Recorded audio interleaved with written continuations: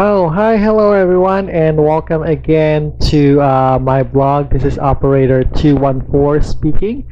Right now, before I begin my blog, I could not provide, unfortunately, any videos regarding what happened on my agenda this time because let's just say that the U.S. Embassy, they kind of let's just say that they're kind of paranoid when it comes to electronic stuff and electronic gadgets.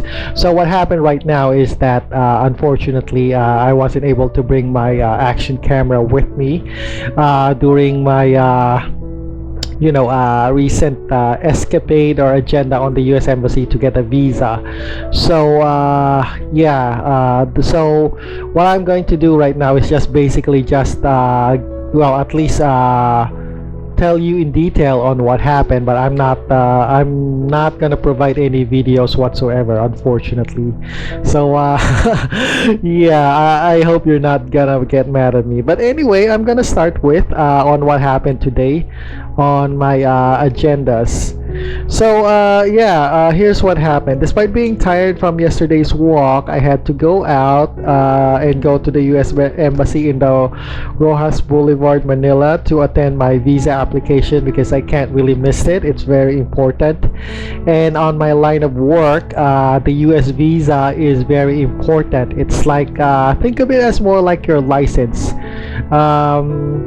It's more like a license that we have to renew on my line of work. And of course, even my handler has already told me 1,000 times that getting a US visa is an imperative for my line of work. And without the US visa, simply my chances of being deployed would kind of be limited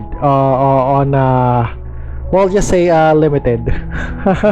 I'm not gonna tell in detail. Anyway, so I managed to get a hold of at least, even though despite I lack the resources because, given with my domestic disputes or situation recently that I made on my vlog, I managed to get a hold of at least 41 pesos and anything I could scrounge up around the house. I was lucky. I was able to get at least 41 pesos on my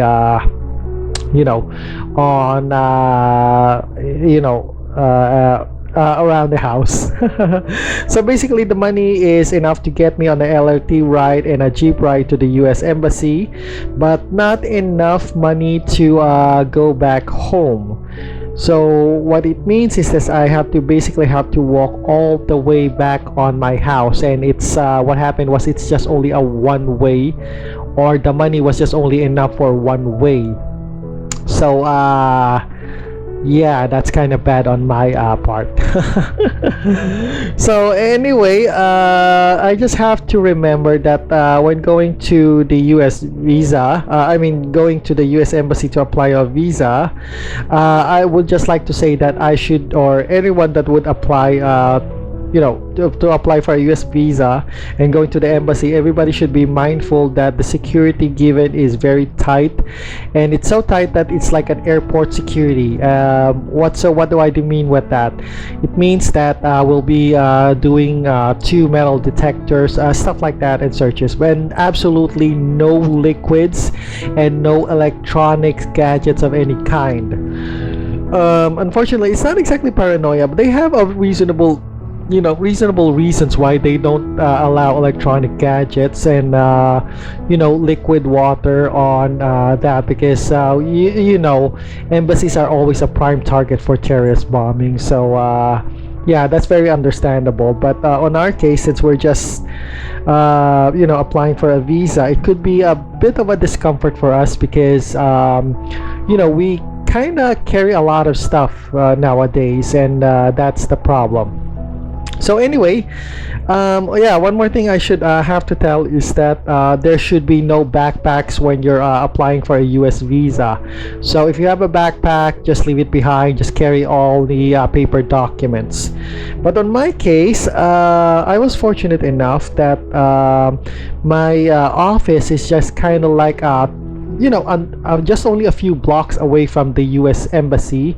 So I had a backpack around, and it's entirely impossible for me, given with my situation, to not carry a backpack.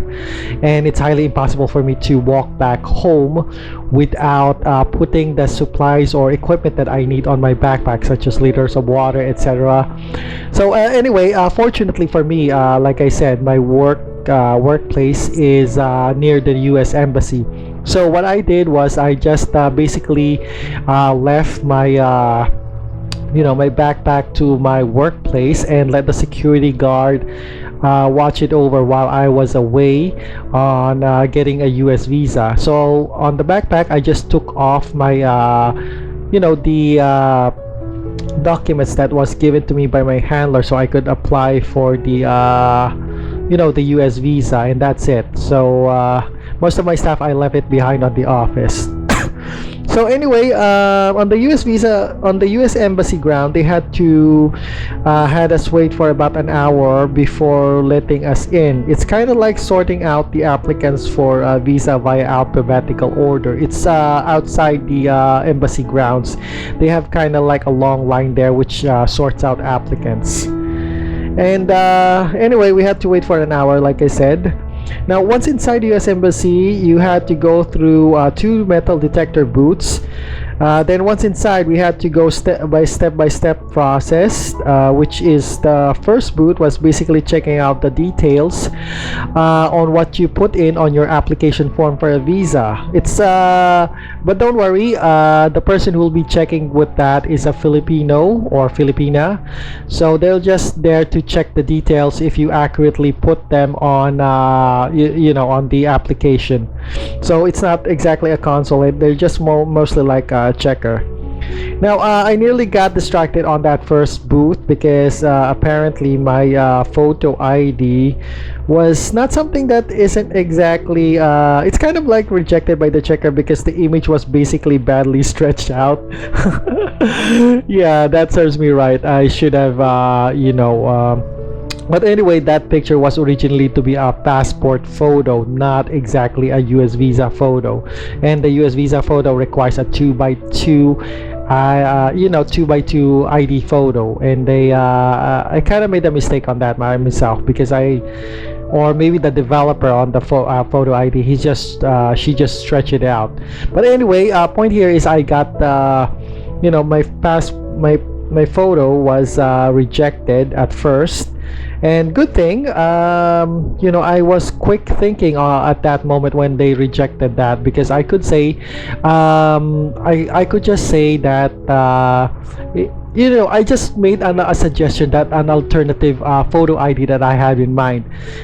Since they rejected a 2x2, I kind of suggested with them, will a passport photo ID will suffice as a replacement? And fortunately for me, it was accepted, because if it's not, then I would be in a problem because I don't have enough money to go on the photo booth.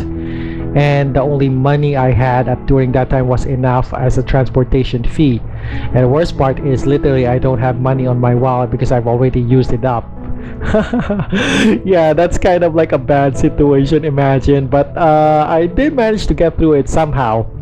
Now, after that first booth, I went to the second booth that went ahead after that. Was kind of like very basic because it was just basically, just mostly the second booth was just only for biometrics on fingerprints and scanning, so just for the visa ID.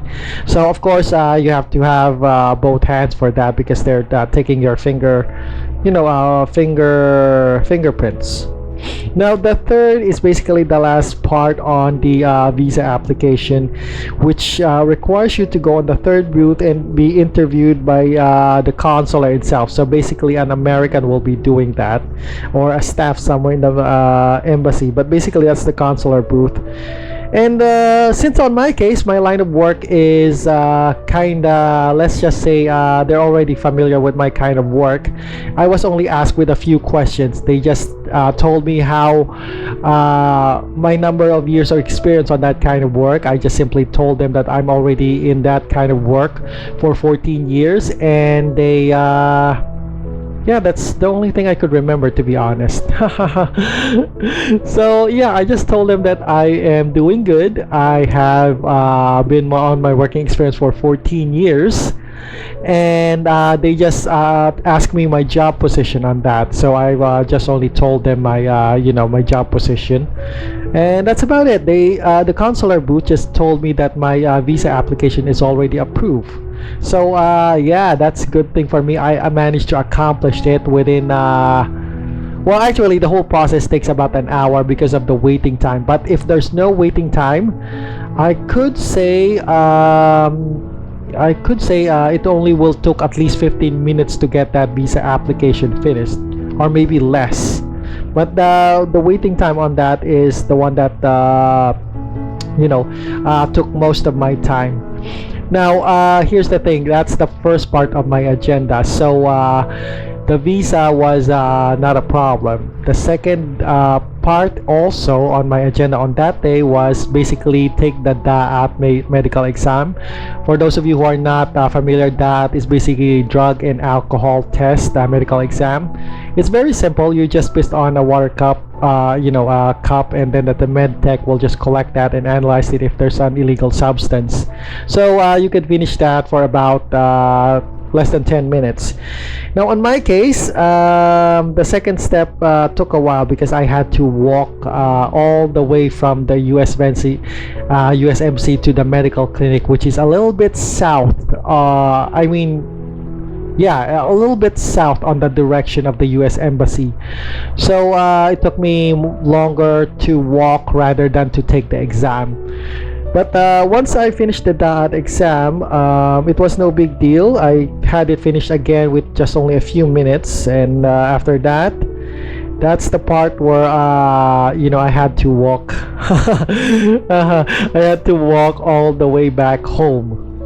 Now, that is the most challenging part of the day because honestly, I wasn't feeling well during at that time because I was still recovering from my sprained foot, and let's just say, yeah, injured knee and injured both foot. So walking with me on that kind of distance is kind of bit a problem, to be honest. So that's the thing I'm worried most, honestly. But anyway, I had to go through it because I don't have, like I said, I don't have enough money to go back home and use it as a fare. So what I did was basically kind of like think of it, think it's more like I kind of think of a tactics. First off, I need 2 liters of water, and fortunately I remembered that my office has a water dispenser, and I just went back to my office, the one that I work with, get my backpack, and fortunately I've already brought a water container there that is sufficient enough to hold 2 liters of water. I filled it up on the I filled it up using the water dispenser from the office, and then after that I walked my way back home. Unfortunately, yeah, like I said, my injuries were quite well, it's not really serious, but it was really troublesome working with an injured. It was really troublesome for me to walk. I'm several kilometers. I'm not sure if it's 24 or 48 kilometers from my workplace to my home. But the thing here is I walk very slow. Like so how slow it is, let's just say that a 7-year-old will really literally outpace me on my work or on my walk. Yeah, seriously, it's kind of like I'm very serious. Yeah, a 7-year-old will kind of outpace me or outclass me when it comes to walking. But normally I would be faster than a 7-year-old toddler when it comes to walking. But since I got a badly injured foot at that time, 2 of them, and a injured knee, I was really walking very slow. Anyway, So how slow I am, let's just say within under normal circumstances I would finish the walk from my office to my home within just about, let's just say, 5 to 6 hours. But what happened on that is that since I was walking quite slow, I literally took me around 13 hours to walk because of that, so it's almost twice as long. And I had to stop over per at least 2 kilometers or so because my foot was aching badly and my knee was also aching badly as well. So I have to stop for at least 15 minutes or 30 minutes because my foot was badly sprained at that time. And up to now, to be honest, when I get back home, up to now, while talking to this, my foot and my knee is still, I'm still recovering from those injuries. But anyway, I managed to, accomplish that long walk. So, yeah, that's kind of a feat for me. But honestly, I think next time I should be prepared, and next time I should have money when it comes to going through that. But like I said, given with my domestic problems and situation, nobody would let me borrow money, so I had no choice but to walk on that situation. But anyway, like I said, I've finished the objectives on that, and by the end of the day, the end justifies the means, and it's all about results. So I did get my visa and passed the medical exam.